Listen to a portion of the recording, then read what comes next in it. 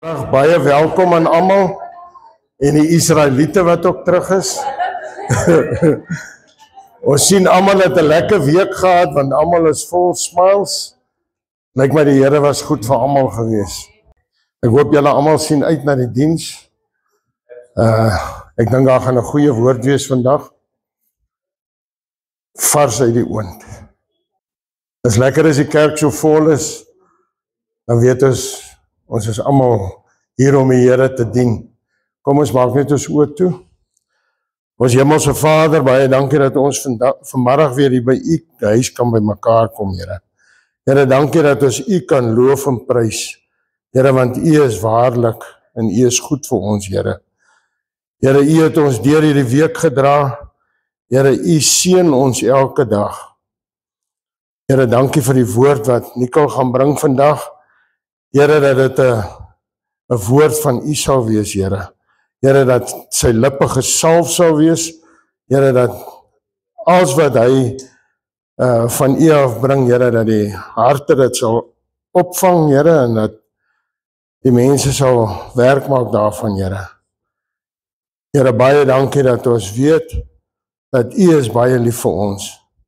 Here, U sal ons nooit los nie. U sal ons nooit verlaat nie. Here, ons vra dit in U naam alleen. Amen. Voor ek begin praat, wil ek amper soos 'n disclaimer gee. Net sê, julle moet my taal verskoon. Ek het 'n respek vir mense wat goed Afrikaans kan praat. Seker omdat ek nie regtig kan nie. Ek is in Afrikaans wedergebore so 35 jaar terug maar ek het die grootste gedeelte van my kerkwees was in Engels. So nou as ek met die Here deel, dan praat ek soos in Mengels. Ek mengel. So julle moet nie skrik as julle hoor hier dalk 'n vreemde ding uitneem in wat taalgebruik aanbetref nie. Ek het 'n baie basiese vraag vandag. Dis eintlik nie 'n preek nie, dis 'n vraag. Dis iets, ek het vir die Here gevra waaroor, waaroor kan ek praat, wat 'n woord? Ek is nie 'n prediker nie.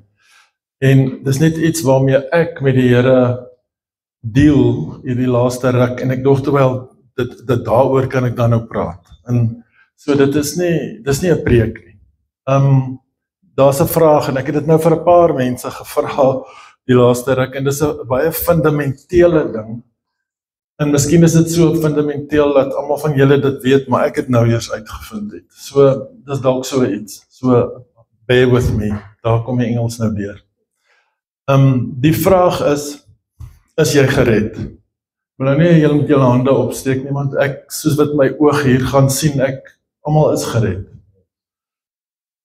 Die vraag wat ek dan daarna het, en dit wil ek soort van namens iemand wat in die wêreld is dalk ook vra, maar waarvan is ek gered? Waarvan is ek gered? Hoekom is ek gered? En dan moet ek nou begin met 'n storie. So ruk terug Vrydagoggend 2:00, ek weet nie of een van julle dalk hier naby Richmond wakker was met 'n verskriklike storm, winde. Julle het dit ook gehoor of het julle deur het geslaap? Het was 'n kwaai storm, soos my broer in PE sê, dit is orkaan Melissa se klein niggie wat kom kuier. Dit was so, en ons gastehuis is vol, en ek is daar uit 2:00 die oggend net om te gaan kyk, jy weet, klap daar nie ergens 'n horkie, of 'n deur, of 'n hek nie, ons hek maak, partymal nie heeltemal toe, as die wind so sterk waai, en dan gat hy sommer weer oop. So ek wou net gaan kyk, is alles daarom fyn, is daar nie ergens dakplate wat nou afwaai of so iets nie. En alles was fyn, die Here is goed. En ek stap terug en ek sit nou maar daar en dink aan die woord wat ek moet bring. En onwillekeurig gaan my gedagtes na nog 'n ander storm toe op die see van Galilea waar julle nou was. En toe Jesus in die boot geslaap het dwars deur 'n verskriklike storm. Ek wil nie daai stuk lees, dit is in Matteus 8. Ek begin so by vers 24, die storm woed nou en die golwe en Jesus slaap en daarop kom sy disippels en maak hom wakker en sê, Here, red ons vergaan. Red ons vergaan. En hy sê vir hulle, waarom is julle bang, klein gelowiges? Toe staan hy op en bestraf die winde en die see, en daar het 'n groot stilte gekom. En die manne het hulle verwonder. Ek gaan net nou verder aan daai verse lees, want ek dink toe aan die weer, hierdie storms, jy weet so standaard 6 aardrykskunde, weet jy wie van julle aardrykskunde gehad het, nie? As jy nou dink aan weersisteme en goeders, dit is ysig koud in die noorde van Europa, word dit koud en dan koue goeders sak af, is swaar, en hier in die Karoo brand die son, die klippe, en dan word dit weer 'n laadrukstelsel, want die hitte styg op, en dan suig daai koue hoëdrukstelsel hier in. Dis 'n hele weersisteem oor die hele aardbol wat heen en weer trek. Daar's gedurende beweging, en die een beïnvloed die ander een, en dit kom net by my op, wat het Jesus gedoen? Hy het onmiddellik vir daai storm, 'n sterke storm, gesê, stil, en hy was stil. Hy het 'n hele weersisteem, nie net daar oor die see van Galilea nie, maar dit is veroorsaak deur 'n hoëdruk hier en 'n laagdruk daar. Hy het daai hele ding onmiddellik stil gemaak. Dit is eintlik vreesaanjaend as jy so daaraan dink, of 'n wonderlike ding. En nou gaan ek terug na hierdie vers 27 toe. En die manne het hulle verwonder en gesê, wat vir 'n mens is hy, dat selfs die winde en die see hom gehoorsaam is.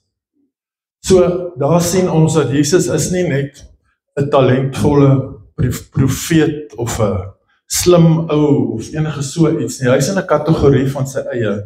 Wat vir 'n mens is die? Wat vir 'n mens is hy? Hy is heeltemal in 'n ander kategorie as enige ander mens wat op aarde nog geloop het. Hy is nie 'n kategorie om hom in te sit nie, hy is God. En ja, die storm waaruit hulle gered is, besef ek toe, dit is dalk dieselfde tipe storm waaruit ons gered moet word. Daar heers 'n storm, maar wat is die storm? Waaruit is ons gered? Ek gaan nou amper, maar nou dit is nou amper die punchline weggee voor die tyd, miskien nou nie so goed nie, maar wat vir my heeltemal verbaas, is om te dink, God het sy seun gestuur om te sterf, vir ons redding, om ons te red van hom self. Ons word gered van God, sy wrath, sy righteous wrath, sy toorn, maar nie sy meer nie, sy onveranderlikheid. En as mens dan nou terugdink, dan wonder ek, ja, is dit nou regtig, kan dit nou wees, God het sy seun gestuur om ons te red van hom, iets wat hy gaan doen. Dan gaan ons terug na Egipte toe, waar julle ook was. En ons dink aan die nag toe die eerste bloed om die deurkosyne gever was. Wat het daai nag afgespeel, en wat is die spieelbeeld daarvan? God het gesê, dit is in Exodus 11, toe sê Moses, het die Here gespreek, omtrent die middernag trek ek uit, dwars deur Egipte. So God sê, ek trek uit. Dis vers 4. Vers 5 sê, dan sal al die eerstgeborenes in Egiptenaar en van die Egiptenare sterf, en die Here gaan die mense, hulle, wat die bloed om hulle kosyne het, gaan hy beskerm, teen homself, teen sy, wat ook al hy gaan doen. Ek dink dit was ook dalk so 'n bietjie so met Noag se ark. Die Here het mense gered, maar die res is uitgewis. So ons moet, dis vir my 'n moeilike ding amper om te sê, maar ons is gered teen dit wat gaan kom, teen dit wat God gaan doen, omdat hy God is. Dan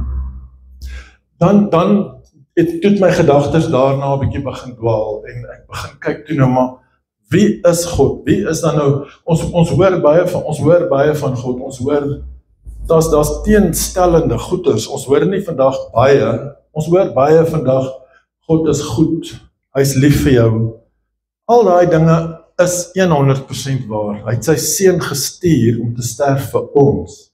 So dis 100% waar. Ek sê niks daarteen nie, maar daar's 'n ander kant van God wat ons ook in gedagte moet hou. En hy sê, wees heilig, want ek is heilig. En ons moet God vrees. In Spreuke is daar 'n hele paar spreuke wat sê dat ons God moet vrees. Byvoorbeeld, Spreuke 9 vers 10, ek wil dit in Engels lees, want dit is vir my bietjie, dit sê dit vir my nice. The fear of the Lord is the beginning of wisdom. Met ander woorde, ons moet God vrees ook, ja. Hy is ons pa, ja, die gordyn het geskeur, ons kan deur die gordyn loop, ons het 'n verhouding met hom. Maar daar is 'n ander kant van hom ook. Maar dis een God. Daar's miskien, as mens praat van om God te vrees, kan 'n mens eintlik nou die hele dag seker daaroor praat. Daar's verskillende uitkyke of verskillende aspekte daaraan, hoe 'n Christen, hoe ons wat hier sit God vrees, is nie om vir hom bang te wees nie, maar dis meer om hom te respekteer en om te eerbiedig teenoor hom te wees, erkenning te gee aan hy is God, to reverence God. Dit is in daai houding, dit is wat die woord sê, eer jou vader en jou moeder, so eer ons God. En daar's min van dit op aarde, amper deesdae voel dit vir my, dis ook met my, ek voel ek wil dit sê, ons moet nie wegdwaal van eer God nie, wees eerbiedig. Dis anders as die wêreld se vrees vir God. Daai vrees is iets anders, ek dink nie as die wêreld is altyd bewus dat hulle God moet vrees nie, ek sien min God vrees nie, jy weet, daar's nie eers meer die ding van, jy is nou 'n sondaar wat van die bar afkom en jy is hom so saggies as jy verby die kerk loop, jy sien dit nie eers meer nie, jy sien, dit amper verdwyn, jy weet, om God vreesend te wees, al is jy nie 'n gelowige nie. Dit was ergens in die verlede, lei daar vir my so klokkie, dat die samelewing so ingestel was, maar ek sien dit nie meer baie nie. In Jesaja 6, ek wil net 'n stukkie lees uit Jesaja 6, uit van vers 1 af. Net om, te praat van 'n soewereine God. Dis 'n jaar, Israel was in 'n krisis, hulle koning Osia het gesterf, die land is in 'n krisis, en Jesaja die profeet, basies word hy nou gesalf as 'n profeet in hierdie tyd, toe dit baie moeilik in Israel gegaan het.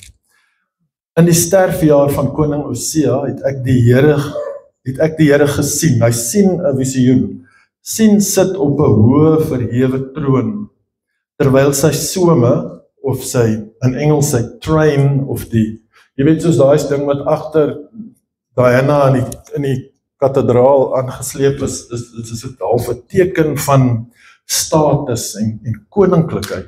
Daai some van God se kleed het die tempel gevul. Serafs het bo hom gestaan, elkeen het 6 vlerke gehad, met 2 het hy by sy gesig bedek, en 2 het hy sy voete bedek, en met 2 het hy gevlieg. En die een het die ander toegeroep en gesê, heilig, heilig, heilig. God verander nie. Hy is gister dieselfde, hy is vandag dieselfde, hy gaan altyd dieselfde bly. Heilig, heilig, heilig. As mens kyk na hierdie heilig, heilig, heilig, wat 3 maal herhaal word, dis amper 'n literêre ding. Ons het uitroeptekens en ons het allerlei goeders om 'n belangrike feit te staaf.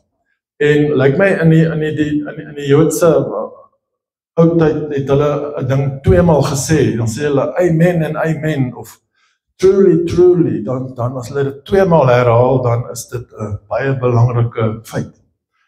Maar hier is 3 maal, heilig, heilig, heilig. God is heilig, en ons moet hom eer daarvoor, en ons moet hom so sien, ons moet God vrees, want hy is heilig.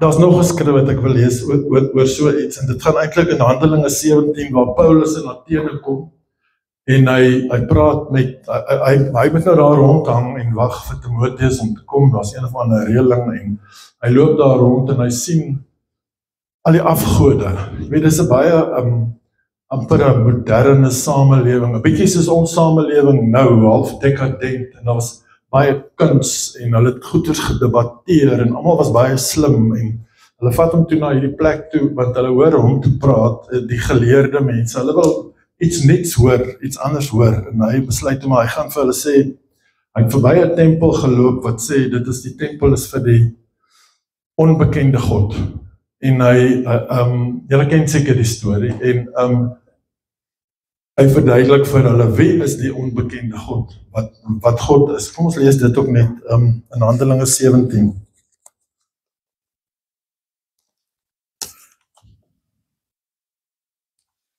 Dit sê nog vir my baie hierdie skrif.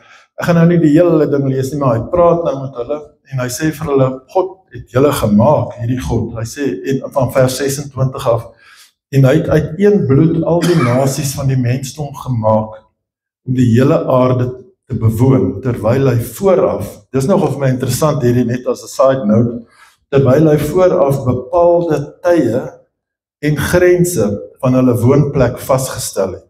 So daar's tye en grense vir elke groep se woonplek, sodat hulle die Here kon soek, en hulle hom miskien kon aanraak en vind.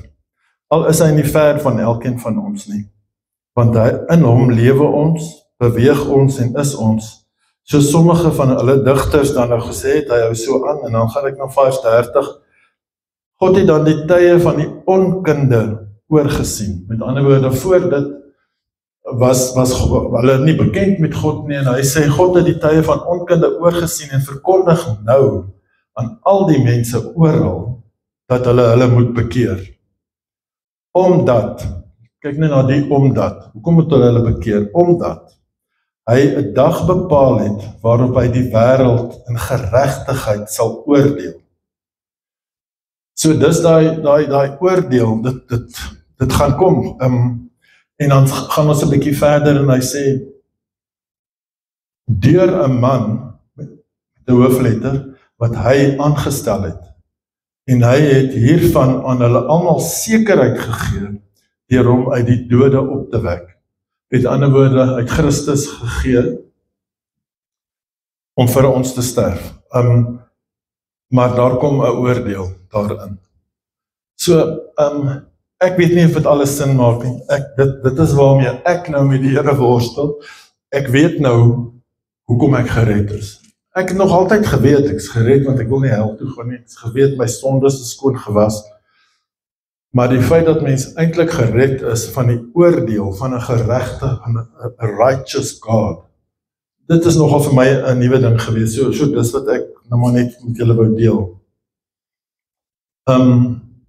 Die Onse Vader sê dit ook nou, Onse Vader wat in die hemel is, laat u naam geheilig word. So die eerste reeltjie van hoe ons moet bid is, ons moet God heilig, moet hom eerbiedig. So, ek weet nou nie, het ek 10 minute gepraat, ek is nou klaar. So, dis al wat ek wil sê. Amen. Okay.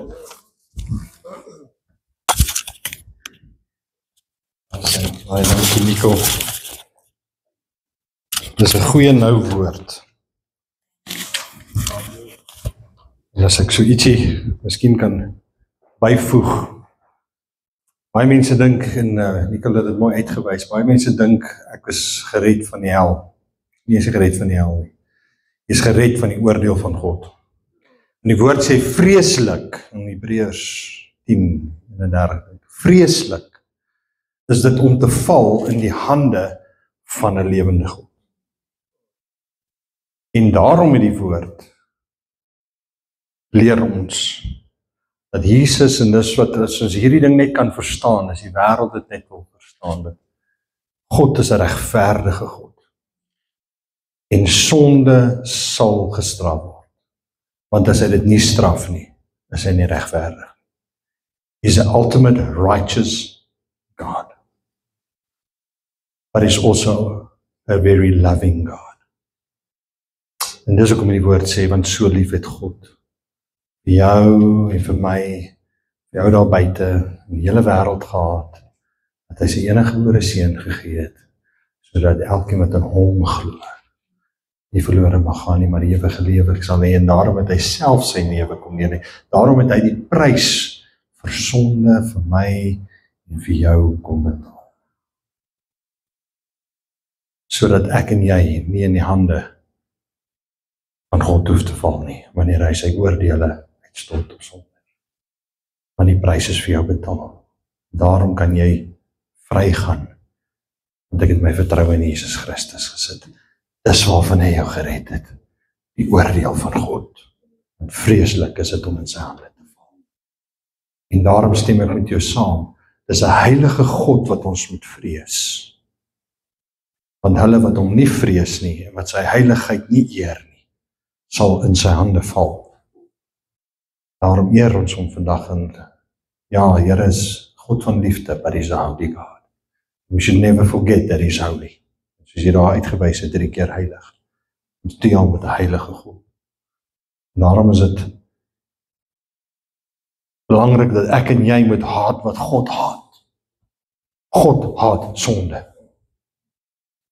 So jou lewe moet 'n lewe wees van ek deel glad nie met sonde nie, because God hates it. And I love my God. En omdat hy heilig is, haat ek sonde, en daarom verval ek nie in dit nie, daarom speel ek nie met dit nie, daarom staan ek nie met my een voet in die wêreld. Toe Petrus Jesus verraai het, sê die diensmeisies, jy was een van hulle.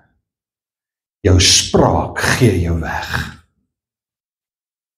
My vraag aan jou en my is, hoekom het sy spraak hom weggegee? Omdat hy 3 jaar saam met Jesus gewandel het. Maar wandel ek en jy so saam met Jesus, dat mense sê, jou spraak gee jou weg. Dis hoe naby aan jou moet weeg. Gee jou spraak weg, dat ek met een voet in die wêreld staan. Lees ons het, Petrus het skoon 'n vloekwoord gebruik. Te sê, ek ken hom nie. Want hy het agtergekom, as ek dit doen, nie gaan my spraak my weggee. Wat sê jou spraak, ken jy Jesus? Mense moet dit in jou spraak weet. Kom ons bid saam. Vader, hoe groot en hoe goed en hoe wonderlik is U. Here, dankie dat ons vanmiddag net weer kan kom besef, Here, U is heilig.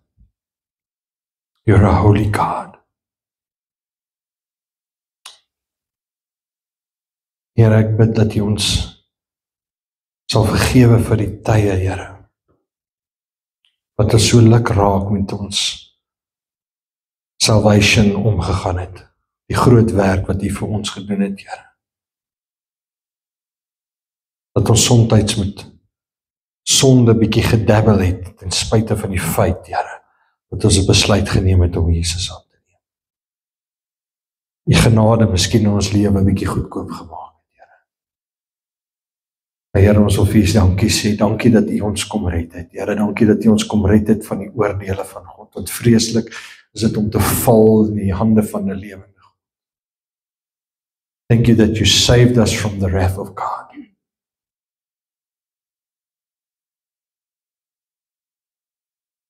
Maar nie net dit nie, Here. Dat die woord sê, dat U het gekom om vir ons lewe en lewe in oorvloed te gee. U gee ons nie dit wat ons verdien nie, maar U gee ons ook dit wat ons nie verdien nie, Here. Soveel genade, soveel goedheid, soveel guns, Here. Soveel liefde, soveel herstel, soveel genesing, soveel deurbrake, soveel genade, Here. Vir dankie sê vanmiddag. Dankie vir dit wat U in my lewe kom doen het, Here.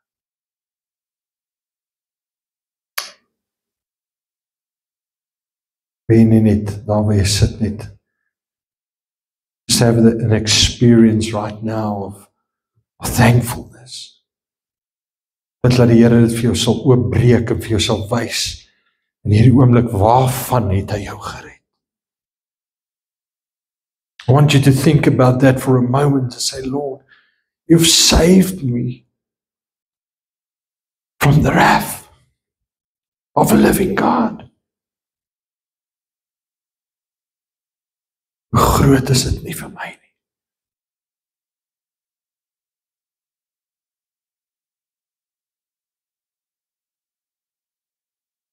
Here, dankie vir 'n gees van dankbaarheid, Here. Dat jy net oor hierdie plek laat val. So that we would just understand, Lord, what you've done for us. What a mighty work you've done for us. We honor you, God. We worship you. We glorify you. Hallelujah. Amen.